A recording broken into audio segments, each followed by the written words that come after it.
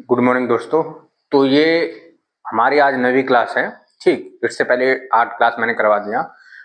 तो 8वीं क्लास जो थी हमारी, उसमें मैंने पढ़ाया था कि भाई हम अभी पढ़ रहे हैं विदेशी स्रोत। तो विदेशी स्रोत में मैंने पढ़ाया भारतीय शासन अधिनियम 1935, ये पढ़ा दिया। ठीक, उसके बाद ब्रिटेन के संविधान से हमने क्या क्या लिया, तो ब्रिटेन के संविधान से हमने पढ़ लिया संघीय व्यवस्था, फिर दूसरा पढ़ लिया संसदीय विशेषाधिकार, फिर तीसरा पढ़ लिया मंत्रिमंडल, वो पढ़ा लिया, फिर चौथा रिट्स पढ़ लिया। देखिए, रिट्स जो लेख होते हैं वो अभी आपको सिर्फ इतना जानना है यहाँ पे कि भाई रिट हमारे पास 5 प्रकार के हैं। ठीक, तो वो हमने कहाँ लिया था, हमने ब्रिटेन के संविधान से लिया था। तो अभी सिर्फ यही जानना है, जहां आपको जरूरत पड़ेगी, असली जरूरत है, वहां पढ़ाऊंगा रिट्स। ठीक, देखिए, तो अब पढ़ते हैं हम 5वां पॉइंट। ठीक है, 5वां पॉइंट क्या था? 5वां पॉइंट, राष्ट्राध्यक्ष का नाम मात्र का महत्व। देखिए, हमने ये भी पॉइंट जो है वो कहां से लिया था? ब्रिटेन के संविधान से। राष्ट्र अध्यक्ष का नाम मात्र का महत्व। देखिए, जिस प्रकार ब्रिटेन में जो महारानी होती हैं वो नाम मात्र की होती हैं, रियल शक्ति वहां के प्राइम मिनिस्टर के पास होता है। तो ठीक इसी प्रकार हमारे यहाँ जो राष्ट्र अध्यक्ष है, मतलब राष्ट्र का अध्यक्ष कौन है? राष्ट्रपति। देखिए, राष्ट्र अध्यक्ष कह लीजिए राज्य अध्यक्ष, ठीक है, राज्य का प्रमुख। तो ये हो गया, एक केंद्र स्तर पर बात हो रही है, तो कौन हो गया? राष्ट्रपति। अब आप बताइए कि भाई सरकार का प्रमुख कौन है, कमेंट्स में बताइए। ठीक, तो ये हमने कहां से लिया था? ये भी हमने ब्रिटेन के संविधान से लिया था। मतलब इसमें कुछ नहीं कि भाई राष्ट्रपति जो है नाम मात्र का होगा, लेकिन असली पावर प्रधानमंत्री में होगी। ठीक है, वास्तु शक्ति है। तो बस यही है। अब छठा पॉइंट जो है, देखिए छठा हमने पढ़ा दिया राष्ट्र अध्यक्ष। ठीक है, अब एकल नागरिकता, एकल नागरिकता। देखिए, ये सब पॉइंट, ये तो मैंने पढ़ा दिया, ये सब पॉइंट बस आप इतना जान लीजिए कि भाई एकल, हमारे भारत में एकल नागरिकता है। मतलब कि एकल नागरिकता क्या कहलाता है कि भाई देखिए, ना राज्य राज्य और सेंटर की नागरिकता एक होगी। मतलब आपके पास अभी पहचान पत्र है, तो भाई वो आपके पास पहचान पत्र कहाँ का है? वो आपके पास, मान लीजिए आप यूपी में रहते हैं तो यूपी का है, तो वो पहचान पत्र हर जगह वैलिड होता है ना, उससे आप भारतीय नागरिक कहलाते हैं। तो ऐसा तो नहीं कि भाई आपके पास यूपी का अलग है और केंद्र का अलग है, ऐसा तो नहीं है।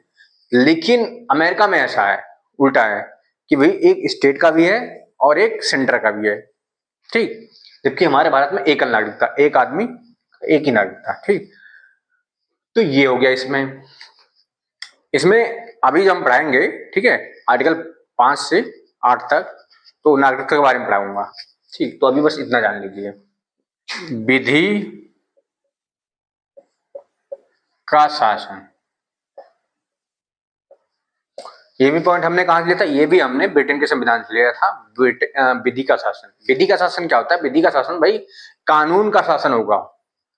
भाई हमारे भारत में जो वो कानून का शासन होगा, कानून के तहत शासन किया जाएगा। ऐसे नहीं कि भाई किसी मर्जी आप कुछ भी कर रहे हैं, ऐसा तो नहीं है ना। तो आपके मन में जो आ रहा है, ऐसा तो नहीं है कि आपके मन में जो आए वो करे, कोई किसी के मन में आए, ऐसा तो नहीं है। तो मतलब कुल मिला के जो है यहाँ पे शासन किसका? कानून के तहत शासन। मतलब कानून के समक्ष आप भी बराबर है, हम भी बराबर है। कानून को कोई मनमानी नहीं कर रहा ना, तो ये कानून विधि का शासन। ठीक है, 8वां, देखिए ये हो गया विधि का शासन। आप देखिए 8वां देखिए, द्वि सदनवाद। इसे क्या कहते हैं? इसे क्या कहते हैं? इसे कहते हैं बाई कैमरालिज्म, द्विसदनवाद। मतलब देखिए, हमारे जो केंद्र स्तर पर जो संसद है, संसद, उसे कितने सदन है? मैंने बताया था उसके 2 सदन है, लोकसभा और राज्यसभा। राज्यसभा इसे क्या कहते हैं? House of common, HOC। इसे कहते हैं हाउस ऑफ लॉर्ड, HOL। ठीक, मतलब house of common, house of Lord. इसे कहते हैं निम्न सदन, निम्न सदन या निचला सदन, निचला सदन। ठीक, इसे कहते हैं उच्च सदन, उच्च सदन या मतलब ऊपर का सदन। ठीक है, उच्च सदन मतलब राजाओं की सभा, ये कॉमन की सभा। ठीक, हाउस ऑफ लॉर्ड मतलब राजाओं की सभा, मतलब वो राजा नहीं, राजाओं की सभा मतलब होता है किसी ब्रिटेन में राजाओं की सभा बोला जाता है। तो हाउस ऑफ लॉर्ड जो है ये तो आम जनता द्वारा डायरेक्ट चुने जाते हैं, इसमें जो चुने जाते हैं आम जनता द्वारा डायरेक्ट नहीं चुने जाते हैं। वो चीज होती है, वो बताऊंगा मैं आपको कैसे चुनाव होता है। तो केंद्र स्तर पर हो गया, राज्य स्तर पर, राज्य स्तर पर, राज्य स्तर पर याद कीजिए मैंने बताया था विधानमंडल, विधानमंडल। मैंने कहा दो सदन हो सकते हैं, दो सदन। कौन सा? विधान, विधानसभा और विधान परिषद, विधान परिषद। ये सिर्फ 6 राज्यों में है। तंबुक याद कर लीजिए, तंबुक, ये ट्रिक है, तंबुक ट्रिक। मतलब तेलंगाना, आंध्र प्रदेश, महाराष्ट्र, बिहार और उत्तर प्रदेश और कर्नाटक, इन राज्यों में विधान परिषद है। देखिए मैंने ये भी बता दिया था पिछली क्लास में कि भाई विधानसभा, अगर विधानसभा चाहे तो विधान परिषद को ला भी सकती है और विधानसभा चाहे तो विधान परिषद को भंग भी कर सकती है। मतलब स्टार्टिंग यही होगा, यहाँ से जब ये पास हो जाएगा तो लोकसभा में जाएगा, फिर राज्यसभा में जाएगा, फिर जो है ये दोनों पास कर देंगे, फिर राष्ट्रपति के पास जाएगा। तो वहां अगर पास हो गए तो विधानसभा, विधानसभा आ जाएगी, हाँ मतलब विधान परिषद आ जाएगी। मतलब विधानसभा चाहे तो विधान परिषद ला भी सकती है और विधान परिषद जिसमें है वो भंग भी करवा सकती है। तो ये बताता है कि भाई यहाँ अगर विधानसभा चाहती है कि विधान परिषद आए हमारे राज्य में, तो यहाँ से वो अपना पास करवा भेजेगी लोकसभा में, लोकसभा पास करेगी, राज्यसभा में, मतलब लोकसभा राज्यसभा कहीं भी आ सकता पहले, तो पास करेगी तो वो महामहिम राष्ट्रपति महोदय के पास पहुंचेगी। जब वहां पहुंचेगी उन्होंने साइन कर दी तो पास हो गया। तो मतलब किसी राज्य में विधान परिषद आ गया। लेकिन अगर विधान परिषद मान लो यूपी खत्म करना चाहे तो भी यही प्रक्रिया होगी, विधान सभा में जो है वो बिल लाएंगे खत्म करने वाला, तो जब यहाँ पास हो जाएगा तो लोकसभा में जाएगा या राज्यसभा में जाएगा, तो वहां दोनों जगह पास हो जाएगा तो फिर महामहिम राष्ट्रपति के पास जाएगा। फिर वहां अगर पास हो गया मई, मतलब वहां पे अगर उन्होंने साइन कर दिया तो यहाँ उत्तर प्रदेश में जो है विधान परिषद समाप्त हो जाएगी।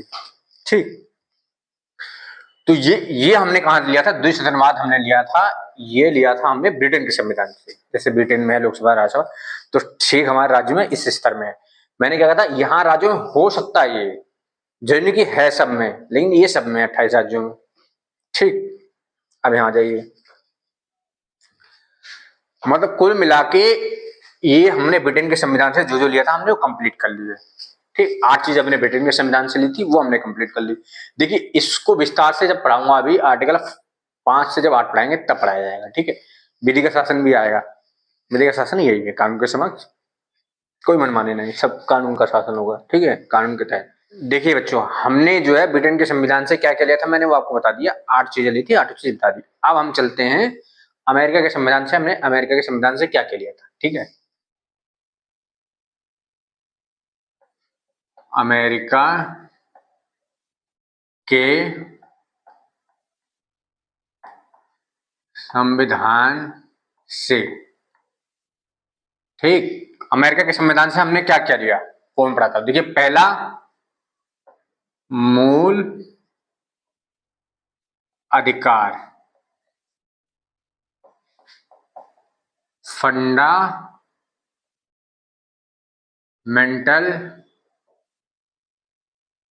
राइट्स।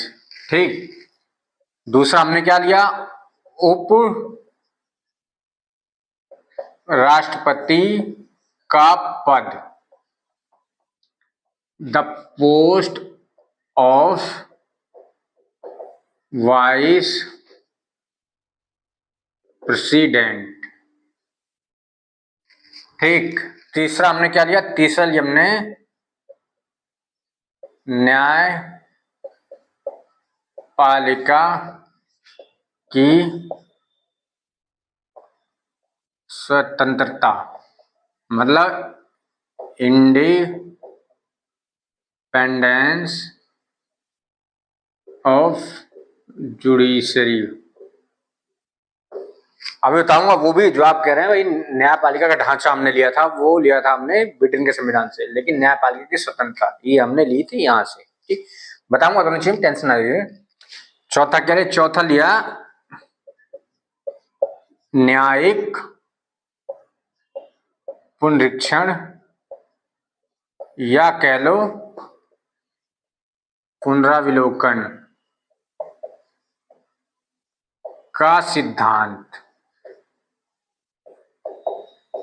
देखिए, न्यायालय की ये बहुत बड़ी शक्ति होती है, ये न्यायालय की, मतलब ये न्यायालय की वो शक्ति होती है जो, अगर देखिए जो भी कोई भी इंसान है कहीं भी बैठा हुआ है, वो इंसान है, वो कुछ काम कर रहा है, जो काम करता है गलती उसी से होती है। तो कुछ ऐसी चीजें हैं, मतलब गलती मतलब ये होता है कि जानबूझ के नहीं, गलती उसे कहते हैं जो अनजान में जाती है। तो जो न्यायालय में बैठे हैं, जो जज हैं, न्यायाधीश हैं, भाई वो भी इंसान है, तो भूल से उनसे भी भूल आती है, या कुछ चीजें ऐसा होता है कि भाई वो उस टाइम के हिसाब से उनको फैसला सुनाना पड़ा, लेकिन कुछ चीजें जो है, मान लीजिए साक्ष्य बाद में उपलब्ध करवाया जा रहा है, तो ऐसे में ये शक्ति न्यायालय की बहुत काम आती है। पढ़ाऊंगा सही से, ठीक है। तो क्या कहते हैं इसको? द प्रिंसिपल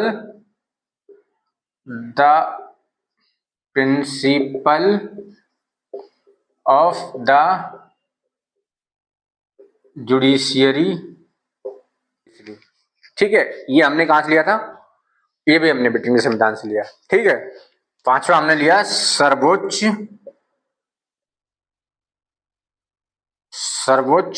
व उच्च न्यायालय के न्यायाधीशों को पद से हटाए जाना व राष्ट्रपति पर महाभियोग। देखिए हमने क्या लिया? पांचवा, सर्वोच्च व उच्च न्यायालय के न्यायाधीशों को पद से हटाया जाना व राष्ट्रपति पर महाभियोग। देखिए, महाभियोग और पद से हटाया जाना, ये दोनों चीजों में मैं बताऊंगा। देखिए, चीज एक ही है, लेकिन वर्ड दो दो यूज किए गए, पद से हटाया जाना और महाभियोग। हटाया दोनों को जा रहा है, लेकिन दोनों के लिए अलग अलग चीजों का यूज किया जाता है। ठीक, और हम जैसे जो कर्मचारी, मतलब सरकारी कर्मचारी नॉर्मल है, उनको भी हटाने की जो एक प्रक्रिया होती है, ठीक है, डिसमिस, वो अलग चीज है, वो भी बताएंगे। ठीक, द रिमूवल ऑफ द जज supreme court and high court and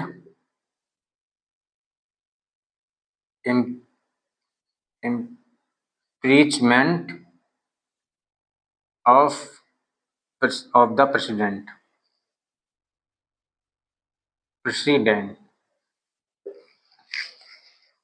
ये इंग्लिश में हो गया, ठीक है। आगे बताऊंगा मैं। द रिमूवल ऑफ द जज supreme court and high court and impeachment of the president. America के संविधान से हमने क्या किया? अमेरिका के संविधान से लिया मूल अधिकार, फंडामेंटल राइट्स, और उपराष्ट्रपति का पद, the post of the vice president, न्यायपालिका की स्वतंत्रता, इंडिपेंडेंस ऑफ जुडिशरी, न्याय पुनरीक्षण या पुनरावलोकन का सिद्धांत, the principle of judiciary review,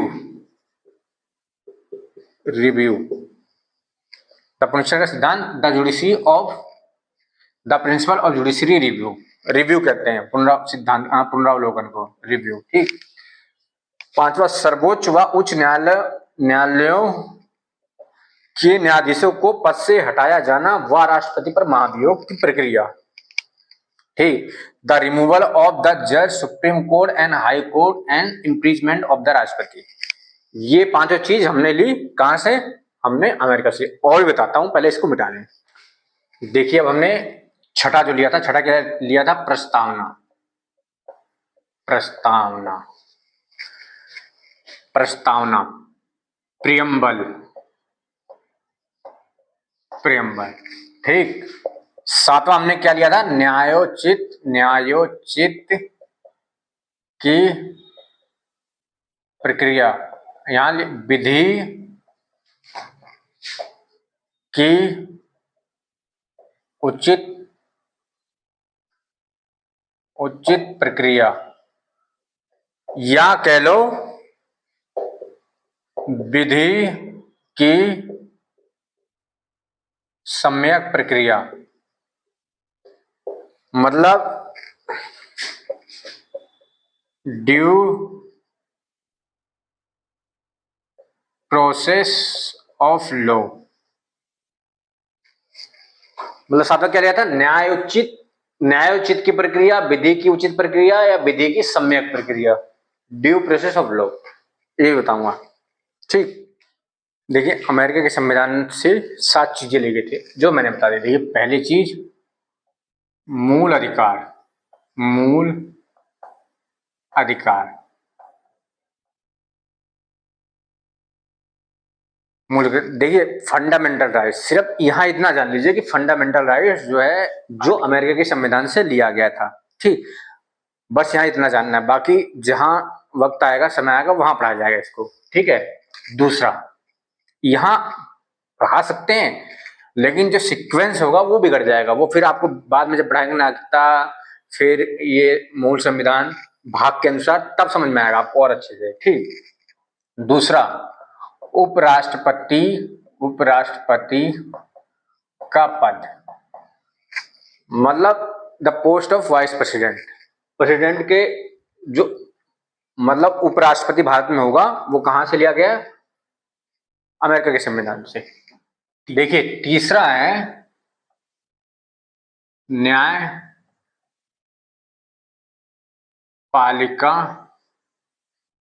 की स्वतंत्रता।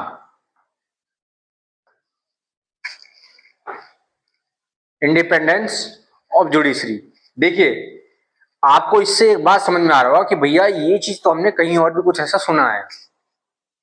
आप जब पढ़ाए थे भी आपने कुछ और चीज ऐसे न्यायपालिका संबंधी कुछ हमने जो है ब्रिटेन के संविधान से लिया था, कुछ हल्का हल्का याद आ रहा है। आप मन में सोच रहे हैं तो बिल्कुल देखिए ब्रिटेन के संविधान से हमने क्या लिया था? हमने लिया था न्यायपालिका का ढांचा, मतलब स्ट्रक्चर ऑफ न्यायपालिका, और हमने यहां लिया स्वतंत्रता। देखिए जैसे ब्रिटेन के संविधान से हमने कोई रोबोट बनाना है, हमने ब्रिटेन के संविधान जैसे न्यायपालिका का ढांचा लिया, तो हमने कोई रोबोट बनाना है, तो रोबोट बनाने जैसे बनेगा कि भाई रोबोट थोड़ा पतला होगा और वो उसके हाथ ऐसे रहेंगे वैसे रहेंगे। ठीक है, ये तो हमने ले लिया ब्रिटेन के संविधान से।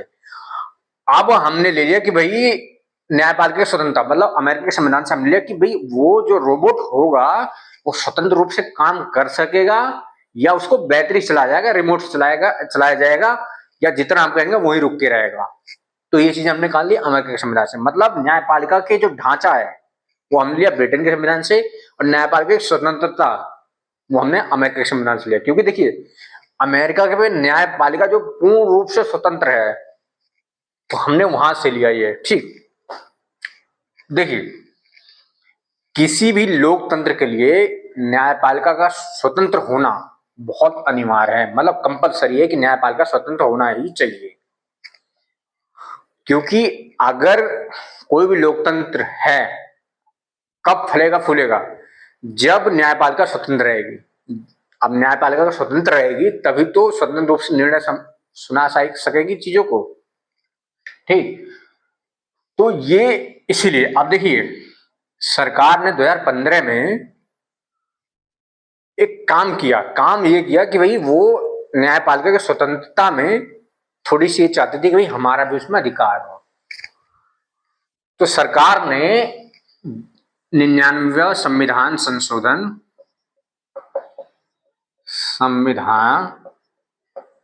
संशोधन 2015 के तहत एक बिल लाई। किसके तहत? NJAC में परिवर्तन करने के लिए। देखिए, अब हम पहले जानते हैं NJAC क्या है। NJAC क्या है?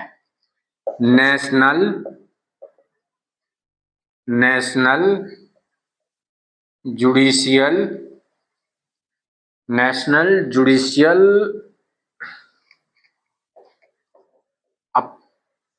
Appointment commission.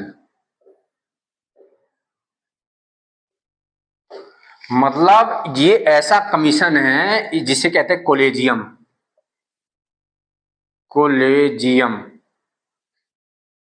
मतलब नियुक्ति मंडल।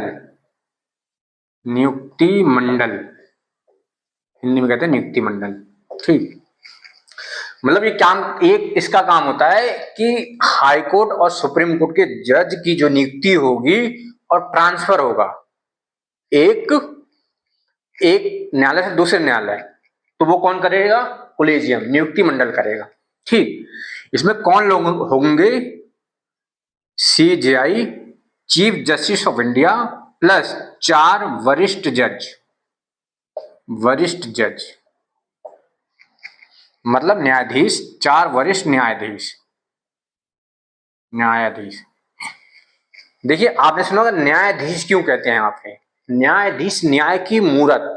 मतलब देखिए, ये यूज किया था हाई कोर्ट और सुप्रीम कोर्ट के जज के पीछे। मतलब ये सुप्रीम कोर्ट और हाई कोर्ट के जज के नाम के पीछे किया था। मतलब वो न्याय की मूरत, जहां वो खड़े हो गए उन्हें न्याय की मूरत कहते हैं, तो इसलिए न्यायाधीश कहते हैं। ठीक है। तो ये इसमें कोलेजियम में होंगे ये लोग। ठीक है। तो इसमें सरकार ने इसके तहत किया, 16 अक्टूबर 2015 को लाई थी बिल। 16 अक्टूबर 2015 को उसने बिल लाई। उसने कहा अब इस कोलेजियम में एक और जोड़ दिया जाए। कौन? कानून मंत्री, मतलब लॉ मिनिस्टर।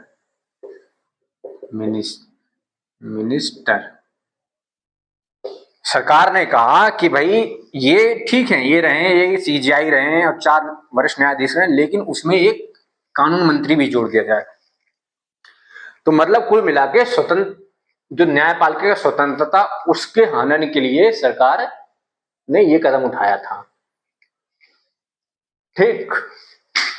देखिए, मैं बात सिर्फ यहाँ ऐसे नहीं कि भाई बीजेपी कर रहा हूं या कांग्रेस कर रहा हूं, कोई भी सरकार हो।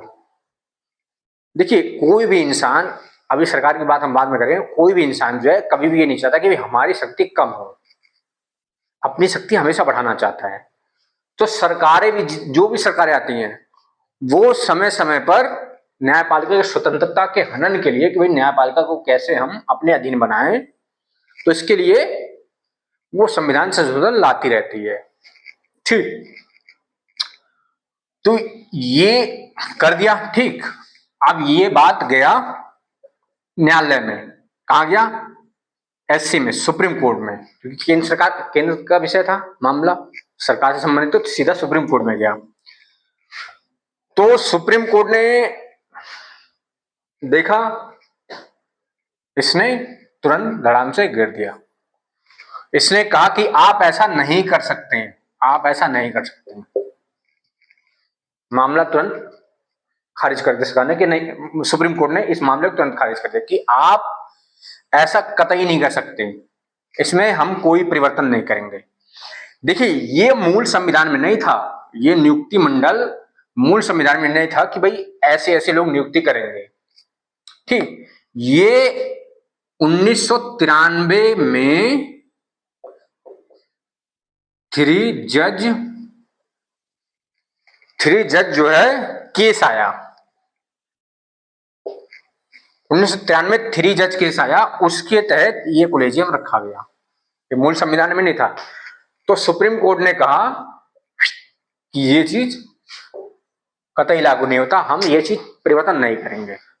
तो इसने ये पॉइंट दिया कि भाई हम इसको कतई नहीं चेंज करेंगे, क्योंकि जब संविधान में ही लिखा है कि न्यायपालिका स्वतंत्र होगी, तो आप ऐसा कदम क्यों उठा रहे हैं? न्यायपालिका ने इतना सही लॉजिक दिया और इसको कि नहीं हम ऐसा नहीं करेंगे, खत्म। ठीक, उसके बाद सरकार ने इसको पुनर्विचार के लिए लाई कि आप महोदय कृपया पुनर्विचार कीजिए। सुप्रीम कोर्ट को कहा कि आप पुनर्विचार कीजिए। तो सुप्रीम कोर्ट ने कहा कि देखिए, आपकी जो ये आप जो लाए हैं, जो मैंने खारिज किया है, वो पुनर्विचार योग्य है ही नहीं। वो क्यों नहीं है? क्योंकि आप पुनर्विचार के लिए 470 दिन बाद लाए हैं, हमारे पास बाद लाए हैं। तो ऐसे में पुनर्विचार का सवाल ही पैदा नहीं होता। फिर भी हम आपकी बात मान लेते हैं, फिर भी हम आपकी बात मान लेते हैं और पुनर्विचार करते हैं। देखिए, एक विकास दिव्यकीर्ति सर हैं, उनका अक्सर मैं जो है वो सुनता रहता हूँ, ठीक है, जो भी मतलब काफी वीडियो देखता रहता हूँ उनकी। तो उन्होंने एक बात कही थी कि देखिए, अगर इंटरव्यूअर होता है कि अगर उसको लेना रहेगा, आपको सिलेक्ट करना है, तो वो ये पूछेगा बेटा आप अपने मामा का नाम बताओ। ठीक, तो भाई आपको अपने मामा का नाम तो पता होगा, लेकिन अगर इंटरव्यूअर चाहता कि भाई मैं आपको सिलेक्ट नहीं करूं, तो वो पूछेगा बेटा मेरे मामा का नाम बताओ। तो सिंपल सी बात है, आप उससे मामा का नाम नहीं बता पाएंगे। तो मतलब इसका करने मतलब है, अगर इंटरव्यूअर चाहता है कि भाई इसको सिलेक्ट करना, तो आसान चीजें पूछेगा, और नहीं चाहता सिलेक्ट नहीं करना तो हार्ड हार्ड चीजें पूछेगा। ठीक है, तो सेम यही बात है, जब सुप्रीम कोर्ट को उसमें चेंज ही नहीं करना है, तो हजार चीजें हैं भाई। जब उसको संविधानीय अधिकार देता है कि स्वतंत्र न्यायपालिका होगी, तो आप कहेगा ठीक है नहीं सुनेंगे, लेकिन ठीक है आपकी बात भी बड़ी कर देते हैं, आइए ठीक है हम सुनते हैं। फिर इसने क्या कहा कि भाई आपका ये खारिज किया जाता है इस आधार पर। देखिए, पहले तो सुन ही नहीं सकते थे हम, पहले तो पॉइंट यही खारिज करने का, लेकिन दूसरा पॉइंट है आपने इसमें सही स्पष्टीकरण नहीं दिया है। मतलब पुनर्विचार में कुछ चेंजेस लाते हैं कि सरकार लाती कि नहीं आप ऐसे ऐसे कर दीजिए, ये ठीक रहेगा उसके लिए। तो सुप्रीम कोर्ट ने कहा कि नहीं, आपने जो है इसमें मजा नहीं आया, आपने सही चीज नहीं मांगी, हम खारिज करते हैं, नहीं देंगे। तो देखिए, जैसे आप जब सरकारी कार्यालय में जाएंगे, तो अगर कोई चीज आपके खिलाफ या विभागीय कार्रवाई होगी या कुछ होगी, मान लीजिए कुछ भी होता है, XYZ, आप कोई काम नहीं करते हैं, तो आपसे स्पष्टीकरण मांग लिया जाता है कि भाई आप बताइए आपने जो ये काम किया है, आपके खिलाफ हम क्यों ना कार्रवाई करें ऐसा, तो आप बताइए इसके पास आपका जवाब क्या है। तो स्पष्टीकरण मांग लेते हैं। तो अगर वो स्पष्टीकरण लेने वाले के ऊपर है कि भाई उसने स्पष्टीकरण मांगा, आपका जवाब उसने कहा ठीक है छोड़ो इसके खिलाफ कार्रवाई नहीं करते हैं, तो वो स्पष्टीकरण जो है कहेगा ठीक है ओके कोई बात नहीं। लेकिन वो चाहता आपके खिलाफ कार्रवाई करूं, तो वो कह देगा नहीं यार स्पष्टीकरण जो है ठीक नहीं है, मतलब स्पष्टीकरण संतोषजनक नहीं पाया गया, तो वो खत्म कर गया। तो सेम ऐसी सुप्रीम कोर्ट ने कहा, जब सुप्रीम कोर्ट को चेंज ही नहीं करना था, तो आप 36 परिवर्तन ला दो, क्योंकि भाई उसको अधिकार कौन देता है? संविधान देता है कि न्यायपालिका स्वतंत्र रहेगी। तो सुप्रीम कोर्ट ने कहा ठीक है भाई आपकी बात मान लेते हैं, तो ये बात हटा दिया, ठीक है खराब है, चलिए कोई बात नहीं, आप इतने दिन लेट आए फिर भी आपकी बात मान लेते हैं, बड़ा कर देते हैं आपको, ठीक है आइए सुनते हैं। नहीं मजा नहीं आया, आपने सही जवाब नहीं दिया, सही परिवर्तन नहीं चाहते हैं आप, हटाइए इसको, तो खारिज कर दिया उसने। ठीक है, देखिए ऐसी चीजें समझिए, बहुत मजा आएगा पढ़ने में। जब देखिए आप कहीं नौकरी करेंगे ना, तो आपको आधे से ज्यादा जो चीजें हैं वैसे क्लियर होती रहेंगी चीजें, तो ये सब चीजें लगभग वैसी क्लियर होती हैं। ठीक है, तो इसमें देखिए मैं बार बार कह रहा हूँ, एक सरकार नहीं चाहती, ये जो भी सरकार आती है वो सब अपने अकॉर्डिंग ही रखना चाहती है।